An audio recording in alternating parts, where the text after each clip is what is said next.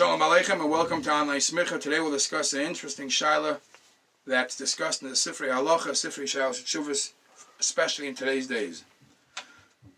There was a shaila that was asked that there was this individual that he became a Baal Tshuva, and when he was still not fulfilling Torah mitzvahs the way you're supposed to, he used to eat different foods.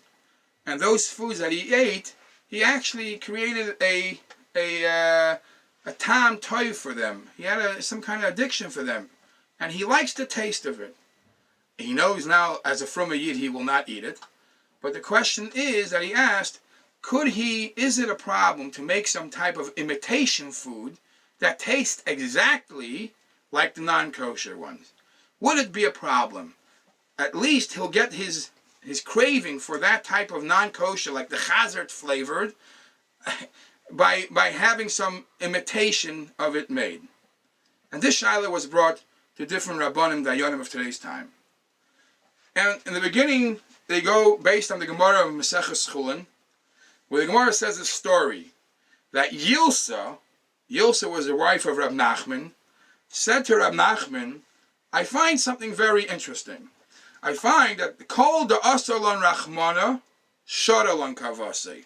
Whatever the Torah prohibits us to eat, we find something very similar to that the Torah allows us to eat.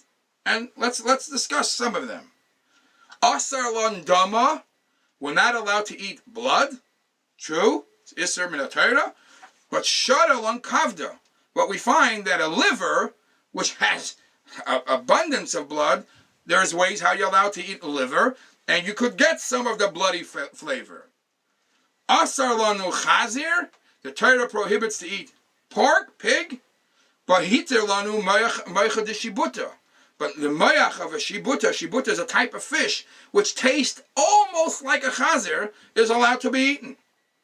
So Yilsa, Rav Nachman's wife, says, I would like to have the taste of basar b'chalav, milk and meat. Where, in what foods could I feel that? We obviously see that Torah only disallows the exact ones that the Torah doesn't allow. How do I get the flavor of basar b'chalav? Amalu Rav Nachman l'tavchi. So Rav Nachman said to the butchers, my wife would like to have a flavor of basar b'chalav, so please roast up a kchal. A kchal is an udder. An udder is meaty. Udder has the meaty part. And in the kchal is the leftover chalav shchuta, which is not asher min HaTorah, which is only asher min the rabbanim. So if you roast up a kchal, an udder, you will have the meaty part with the milk, which is not a problem. So there is the situation of somebody min HaTorah being able to eat a flavor, a taste of basar b'chalav. So the Chidah writes that once a gvir came and asked him a shaila.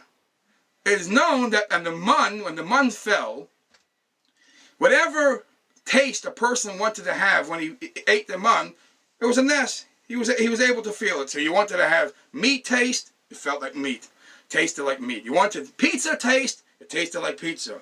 So somebody asked the Chidah, what happens if a yid came along and said, I would like that the mun should taste like chazir, like something which is aser? Would that be considered an isser? Would it be, after all, he had that taste? So the Chidah says, based on the Gemara we just discussed, it's mashma that the isser only applies on the specific things that the Torah prohibits. But if you make an imitation, or if you're eating mun, and somehow you feel the taste of what's asser, it's not a problem.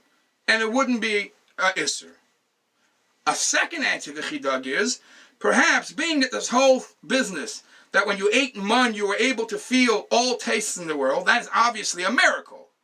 So it could be that the miracle was set up in such a way that the tastes that you were able to feel were only kosher tastes. Perhaps, maybe, that if a person wanted to have the chazir taste, he wouldn't even feel it. So based on this discussion, based on this chidah, and it's psak din, based on the Gemara, if a person knows that he's eating kosher food, even though it's an imitation, even though you feel a porky flavor or something like that, it wouldn't be a problem. However, Rav Yoshev paskin, he said, if not